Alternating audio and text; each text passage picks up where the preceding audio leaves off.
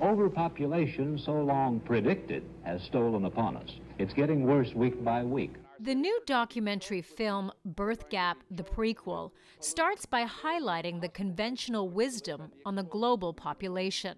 As population increases, the quality of life decreases, and the supply of natural resources decreases. The film then shifts the conversation on population to a less-known fact, the dramatic drop in birth rates in many parts of the world. I'm worried about the birth rate. Most people think we have like too many people on the planet, but actually this is an outdated view. I think that the biggest problem the world will face in 20 years is population collapse.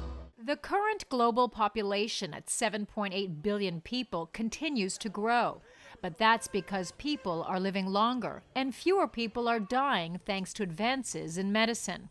Meanwhile, the number of births globally is on the decline. For the first time in modern history, the global population is expected to stop growing by the end of this century, creating a world, as the documentary points out, where the playgrounds are empty and the nursing homes are full.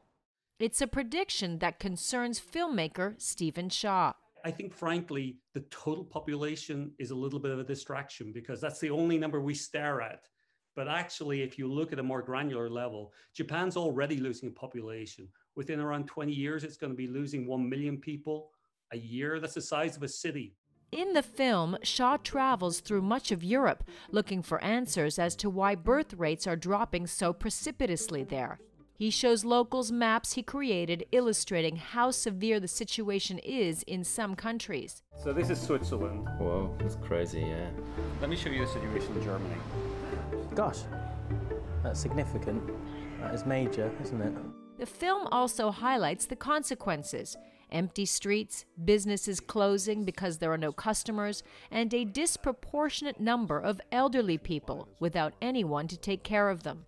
That burden is going to be felt by two groups of people. It's going to be felt by the old people who are expecting to have the same kind of retirement that the previous generations did, and are going to suddenly realize that they're probably not going to because the tax base is shrinking. And it's going to be a burden for the young working people because taxes are going to, there's going to be more pressure on them to increase taxes to pay for this. So the two sides, if you like, I think no one's going to be happy. Shaw hopes his film will raise awareness about the problem so that we as a society can start working on solutions. The release of Birthgap, the Prequel, is expected in the spring of 2021. Karina Huber, CGTN.